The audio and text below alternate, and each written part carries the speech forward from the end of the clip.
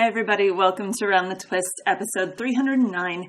It is October 18th, 2017. How you been?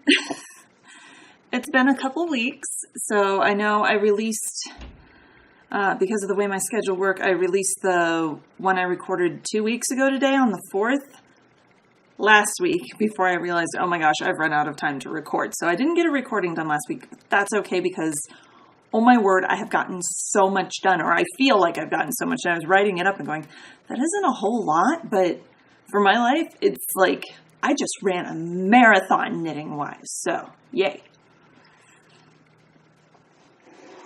And I just realized I didn't add something to my show notes, so let me pull that up quickly before we get started.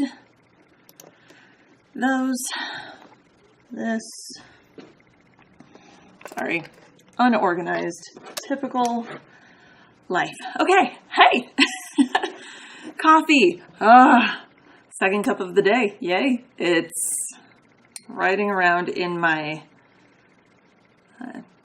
mug. I got it Rhinebeck 5 years ago. 5 years, it's been 5 years since I've been to Rhinebeck, yes, from Jenny the Potter. And since it's Rhinebeck week, everyone that's going, have fun, see lots of good stuff, eat an apple cider donut for me, someone have some artichokes French, and yeah, just have fun and sniff a lot of wool, because I can't make it this year, for various reasons I will tell you about in a little bit. So I'm having blueberry cinnamon cobbler coffee this morning. Oh my goodness, it's 2:30 in the afternoon. I just said it's morning. Wow. Anyway, everything I've been working on. Quite a few things. First thing up on the needles is something you haven't seen in a very long time, and you're all probably going to go, wow, you hadn't finished that already? It is the Disappointing Stripes cardigan, as it's called on my project page, which is the Playful Stripes cardigan by Alana Dakos that I started knitting, I think it was last winter, or maybe it was even last summer for Tara. Smart me. There's several ways this was disappointing. One was not the pattern. The pattern is wonderful. My own personal brain fart that I purchased worsted weight instead of the sport weight it called for, so I had to rejigger all the math according to my gauge. I did a gauge swatch, I washed and blocked it, the color bled some, so I had to then rehank, reskein all of the balls of yarn and citric acid soak them so that the color would be set. Yeah. But I had this whole thing done. The body of the sweater, the sleeves knit and joined, everything done. So before I get going, the yarn. I said this is the Playful Stripes cardigan by Alana Dakos. The yarn is Lisa Souza's Blueface Leicester worsted in Gray Blade, which is the gray of the body, and then Joseph's Coat. Ooh, you can actually see some of the yellows and the greens. Nice. Which is the yoke and the stripes at the bottom around the cuffs and around the bottom of the sweater. I knitted up on a US 6, a 4.0 millimeter needle, and a 7, which was a 4.5 millimeter needle. And because of my snafu with the yarn, I had to calculate gauge, and based on the circumference of Tara's chest and accounting for some growth, I actually knit the 9-month size, obviously on bigger needles than the pattern called for, but I was following the numbers for the 9-month size, but using the numbers for the 6-year-old length, and also lengthening the sleeves some beyond that, because I have little kids that have my orangutan arms. So body was done.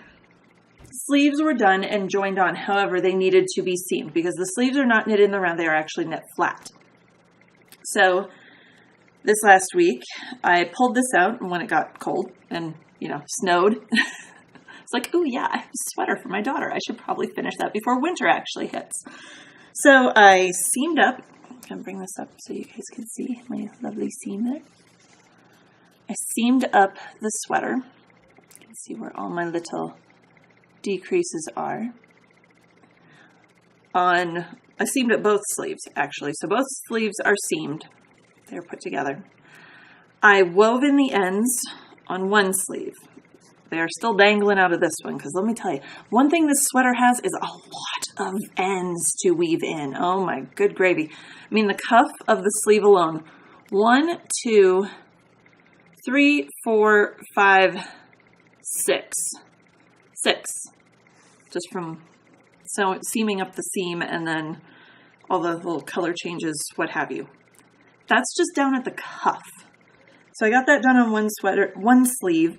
And then the other thing I have to do is the other sleeve, I have to Kitchener together the underarm. So I did that on one sleeve, still have to do it on the other. I ran out of nap time. I did this over 2 nap times and a bedtime, I want to say. And then once that is done, I kind of went out of order of the pattern because I didn't like the way the sleeves were flapping around, not seamed shut. I felt like it was stretching and gapping a lot. So rather than pick up and knit the button bands in the front, I did the sleeves first. So once all the ends on the sleeves and everything's done with the sleeves, then I will pick up the sides, knit the button bands, find buttons that I'm going to use, and Tara will have a new sweater for winter. So pulled this out of the bag of stuff that is living under one of my end tables in the living room, and that got some love. So yeah, mattress stitch is not, like, finishing is not necessarily my favorite thing to do. I like to take my time with it so that it looks good. So therefore I'm going, oh my goodness, this mattress stitch is taking forever. And I hate weaving in ends and whine. But then I get done, I'm like, ooh, yeah, I did a good job. That looks good. So taking the extra, could I have whip stitched that sleeve and gone, she's going to outgrow this in 6 months anyway. So I might as well just, yes. But I wanted it to be finished and finished well, so that it doesn't come apart on her. So it's something we can use through the winter. And if she doesn't outgrow it, maybe into the spring and maybe next fall, depending on how she does. I want it to be able to hold up. I did not, this is the other thing I'm kicking myself on, a toddler's sweater, and I did not use superwash yarn. Dumb on my part. I should have done superwash because when they peel off their clothes, it all goes into one hamper, and sometimes our sitter washes it, and sometimes I wash it, sometimes hubby occasionally washes it, but nothing gets separated out. It all gets thrown into the washer all together, lights, darks, everything for the kids goes into one because they're toddlers. And they don't have a whole lot of stuff that's white anyway to make a load. So everything goes in together, and yeah, I'm really hoping that sweater doesn't get thrown in. And yeah, that'll... I'm sure you'll hear about it. I'll have a new pot holder if that's the case. So, second thing that I worked on this week was the stained glass blanket take 2. This is the Juggling Hexes pattern by Wendy Harbaugh.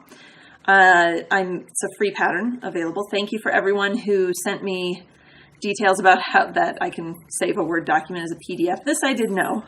I occasionally tend to forget it, and as soon as someone messaged me about Ravelry, I was like, oh, duh.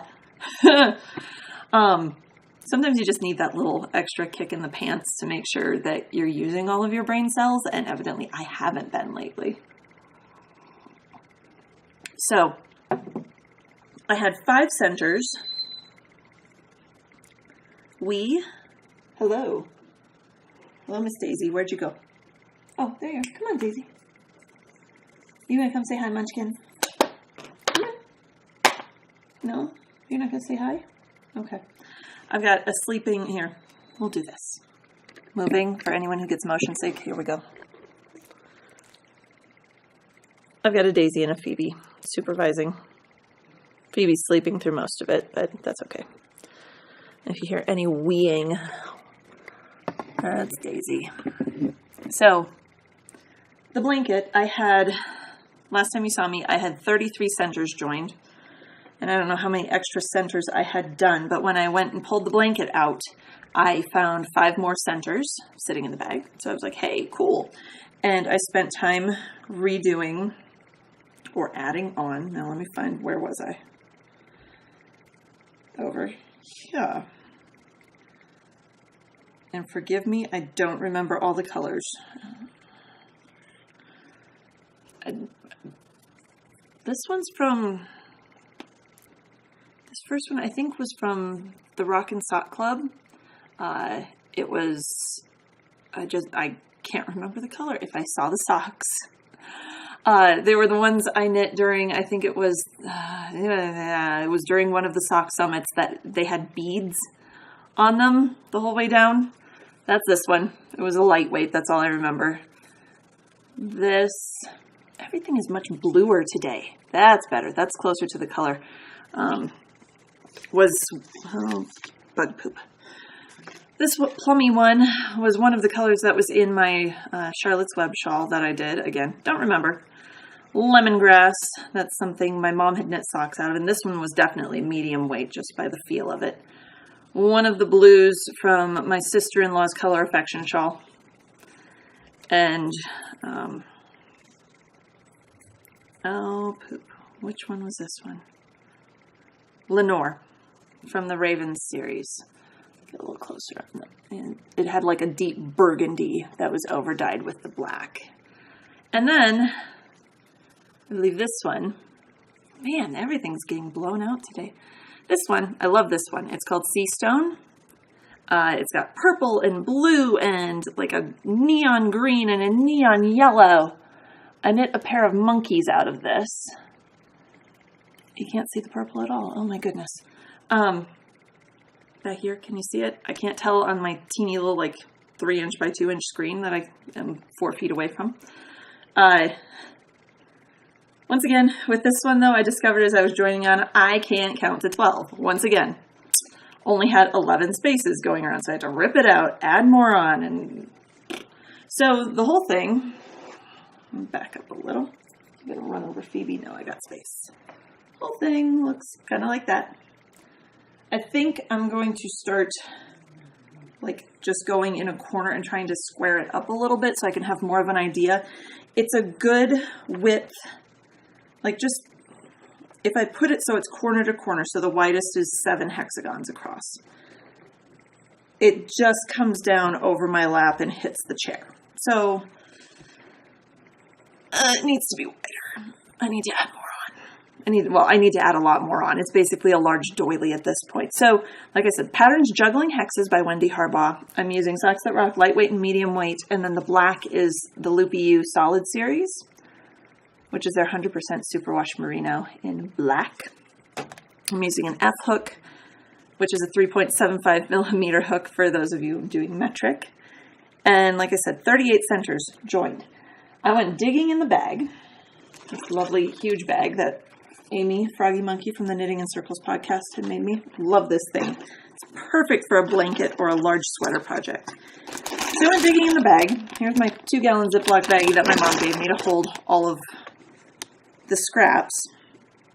And when I went digging down to the bottom of the bag, what did I find but that I only have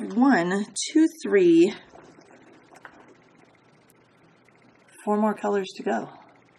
That's it. That's all. I think the light blue was another one from my sister-in-law's Color Affection shawl. This one is called Faulty Dyer. I do remember that. That's from my Charlotte's Web as well. Oh, heck if I remember this one. A purples. It's going to look blue. That is totally not the color. That's closer. And then I think this is turquoise something or other. I did monkeys out of this one too. So I have done 1 center of each of my colors that I have used thus far, that I have scraps for still remaining. So I'll have 42 colors without any repeats. I didn't know how many I started with, but these are the 4 I have left. Yeah. So yeah. And then I have one random little thing that's a repeat of another one. So there you have it. Now is when I start going, do I keep using the same ones or do I start breaking into my massive stash of Socks That Rock that's in there and just taking off enough to do 1 center? I'm really tempted. Really tempted. I should just use these. I shouldn't, but I want to. I want to so bad. Decisions. I can't. I did finish my first skein of black as well, so this is now into the second skein. So yay. I'm making progress. Progress is always good. And it's nice to have something small that I can just pull out and, you know, something small. This giant bag is something small. But the hexagons themselves are little, and I can throw, you know, if I'm going somewhere that it's going to be like an hour wait, I can throw like half a dozen scraps into a smaller baggie and take it with me along with the pattern and have a project that's small, and I'm able to do it. So that got quite a bit of work done on it since I had to redo one center and join all 5 on. Last, something new, and you're going, but wait, Karen, I thought your theme was focus this year. Well, my theme is focus. The last couple weeks, though, I have felt the need to cast on, like, so bad. I wanted to do new socks, and I wanted to do this, and I wanted to do this, and I wanted to do this, but focus to me is also like what your life needs at the moment. So I reined it in because I finished one thing. So I allowed myself to cast on one thing, even though I wanted to cast on about 6. That one thing is riding around in my Stitch by Jessalou TARDIS Box Bag. And if you're looking for it over on my project page on Ravelry, it is called 10 is my co-pilot. So you might remember from the employee Christmas party, the white elephant gift that I did for a random coworker that chose the can of cannelli beans that I had brought in. They also received a gift certificate, and our head administrative assistant in the front office was the one who found it. She was all excited because she knew I was going to put in a gift certificate for something to knit for someone. And she decided on a cowl. Well, I had chosen the co-pilot cowl, which is just called Co-Pilot over on Ravelry. It's by Dominique Trad. It is a free pattern. It's also very easy to adapt. I did Barb's because I didn't measure out a tail long enough when I was casting on, so I did hers with a fewer stitches than what the pattern necessarily called for. But I went for that, and then in a bid to be a real adult and have, you know, matching accessories. Oh, that's what I didn't grab. When we first moved out here to Colorado, I had very little of my stash with me, and one of the things that I had grabbed was some spinning fiber from Into the World. If you're going to Rhinebeck, they're going to be at Rhinebeck. They are fabulous booths to hit up. Go find them. They've got gorgeous yarn, beautiful colors. So I had got some superwash merino spinning fiber from them in the colorway Wibbly Wobbly Timey Wimey, because hello, Doctor Who fan. And then I decided, I spun it up, traditional 3-ply. I knit myself a sockhead hat. None of my scarves, my gloves, nothing goes with it. Nothing. I love it anyway. Wear it everywhere. It's awesome. So last year, I think I had, I don't know. I found when I dug through the stash, 3 skeins of Wibbly Wobbly Timey Wimey. It's from Into the World. If it focuses, there we go. In their Pakoku sock. I obviously purchased it at 2 different times because some of them have this yardage, which is the 460 yards, and one of them only has 400 yards according to the tag. So yeah, this is I know I purchased at least 2 skeins from the Lubiu because they have their little QR code up there. So yeah, this is their 75/25 superwash merino and nylon from Into the World. The yarn is awesome. I love this.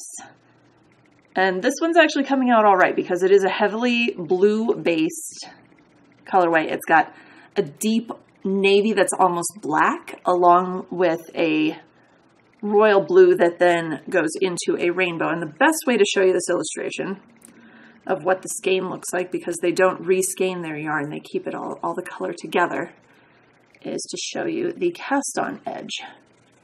So you go from the dark, so there's my cast on, and it goes through the whole rainbow, back around, here we go, we're still going, all the way to this dark, this is the navy, almost black here, and it circles back around. Now we're getting back into the royal blue, the light blue, and back to the rainbow. So, I weighed my skein, actually had 107 grams out here in the dry Colorado air. I know, right? This is going to be a long show, guys. I hope you like having a long show for once. Hunted around, I found my US 6 needles of 4.0 millimeter, and I cast on. I was actually able to get the 260 stitches the pattern calls for. Hello, Daisy Duke. Hi, Munchkin. Yeah, you can hear Phoebe wheezing in the background. I cut through, it has you do a garter stitch edge. Hang on, issues. Good lands. Okay, garter stitch edge. And then a mesh section, and now I am back into doing another garter stitch section. And you basically repeat garter stitch, mesh, however wide you want it, or based on weighing the skein and measurements that you take as you're knitting, determining exactly how much yarn you still need for a final garter stitch section and the bind off. You use as much of the skein as possible. So I can make this sucker as wide as this skein will allow. Working on it slowly. So I have the edging in the first mesh section done. The pattern actually calls for you to do 3 of that, like garter stitch, mesh, garter stitch, mesh, garter stitch, mesh, and then a final garter stitch. So you have 3 of those open work sections. I loved the way that the last one I did came out, and I kind of wanted to keep it for myself, which is why I decided to make one for me. So that's been my mindless knitting. I discovered I wrote out the pattern wrong on my little, this is sad, on my little post-it note. Totally wrote it out wrong. It's supposed to be purl. Row 1 is purl, row 2 is knit. Whoops. It's okay. Actually, let me fix it right now so I don't forget, because I'm not going to write all of them, just the first 2, because duh. So yeah, that's my new project. And then, I feel like an infomercial, but wait, there's more. I finished my friend Sarah's Opal socks. So yay for me, Christmas knitting is done. Finished, finito. They still need to have their bath, but all ends are woven in. So I started these. I'm going to move the camera a little so I can read my Ravelry page, since this is the bit that I didn't add on to my show notes. Kind of completely forgot about them. So I started these on August 8th. I finished them October 5th. These are, I just called them Sarah's Opal socks because I'm entirely creative that way. They're my 72 stitch vanilla sock pattern. It is the Opal Masterpiece line, which is sadly discontinued. These were lovely, and when Sarah saw them, she was like, oh, they're stripes. I still had, I knit the whole thing, they're top down with a heel flap. I knit them up, oh my good gravy, I'm having needle issues. There we go. I knit them up on a US 1 using the Addi Turbo Sock Rockets, which is a 2.25 millimeter needle. There's the Opal. I told Sarah these are workhorse socks that they will wear like iron. She is still wonderfully knit-worthy. She still is darning socks. She told me she wants to take like the first pair of socks that I knit for her that we don't have any of the yarn left for. I can't even remember the company I got the yarn from. I just remember they were a reference to Lost with the numbers, the 4, 8, 15, 16, 23, 42. Because she and I would watch Lost like simultaneously and then call each other on the phone and discuss it while I was still living in Omaha.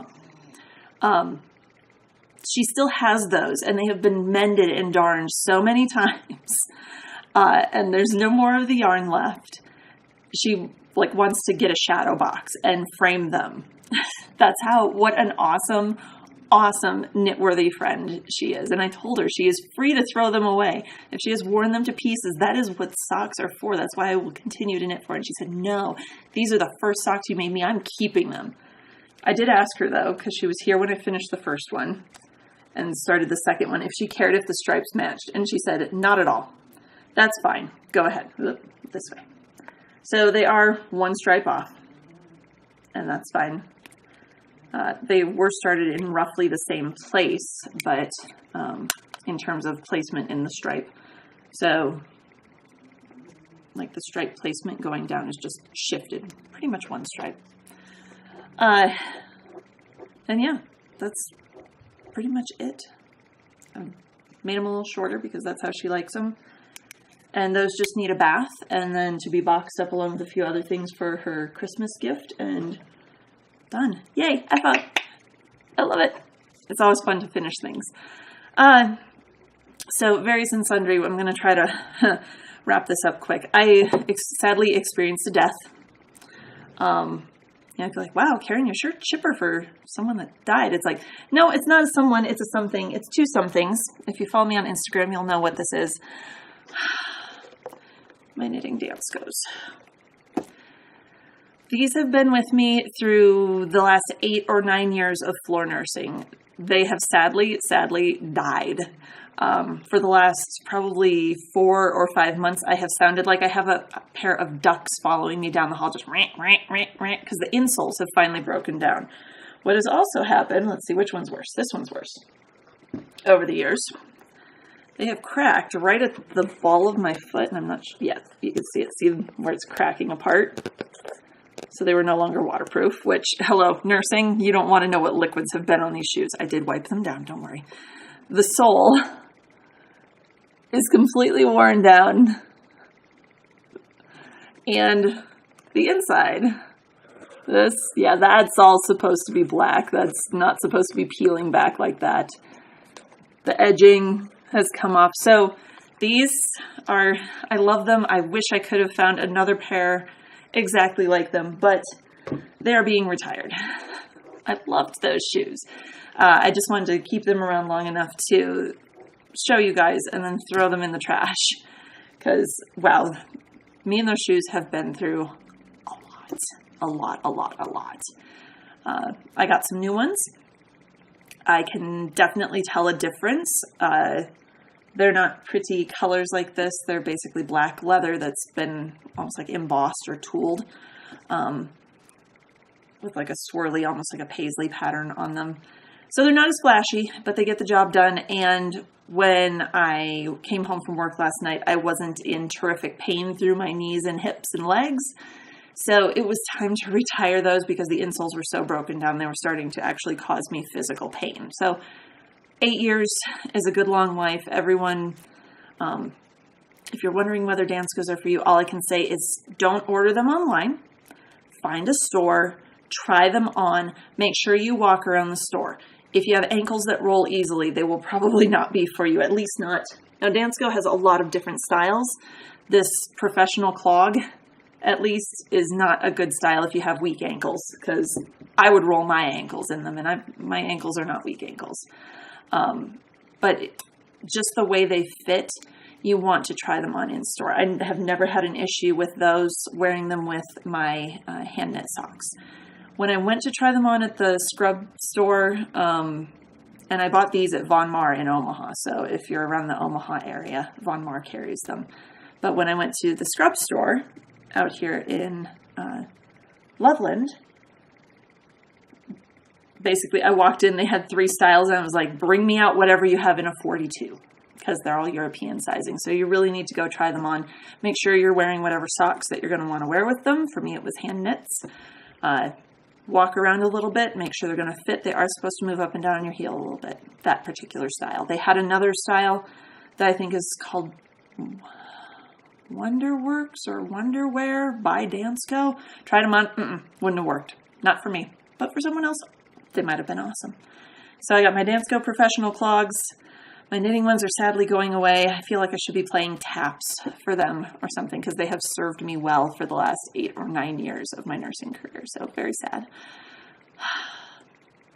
Okay, moving on. I'm sorry, I was much more emotional when I actually gave in and realized I had to get new ones. So I've moved past that point. Last thing. We are going, so part of the reason I can't go to Rhinebeck is it's right during second rifle season for elk hunting.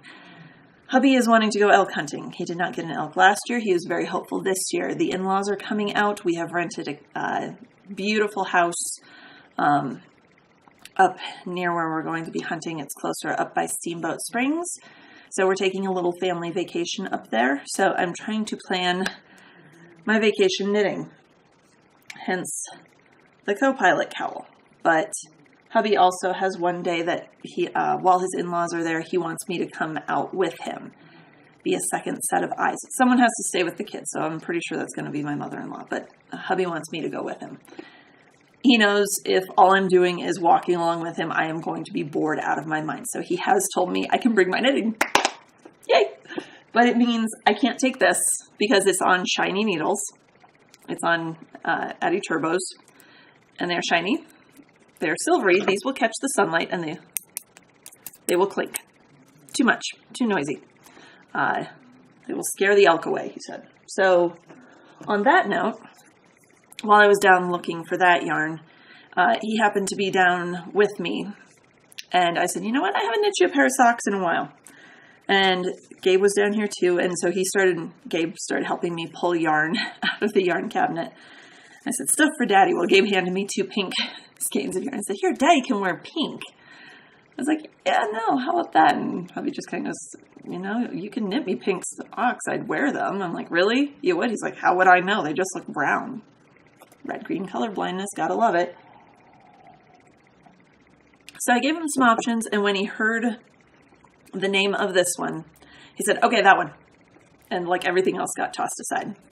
So this is... I'm pretty sure this was, yep, it was from the Rock and Sock Club the last year I was involved with it, a couple years ago. It is lightweight in the colorway Field and Stream, and it is kind of blues and an olive green. There's a little lighter blue. Again, colors are distorted on here today for some reason. Actually, that's pretty close. There's a little bit of gray in it. But these are going to be his socks. I told him smaller needles would be better because if there is any clinking, it will be very, very quiet. Or much quieter than the bigger needles because the bigger needles have more space that's hollow in between. I need to find my US 1.5s because this is socks that rock lightweight.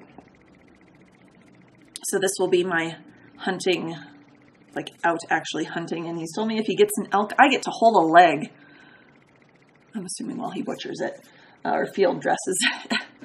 I'm kind of, I mean, it can't be any worse than being in college in anatomy class and dissecting a fetal pig, right? We have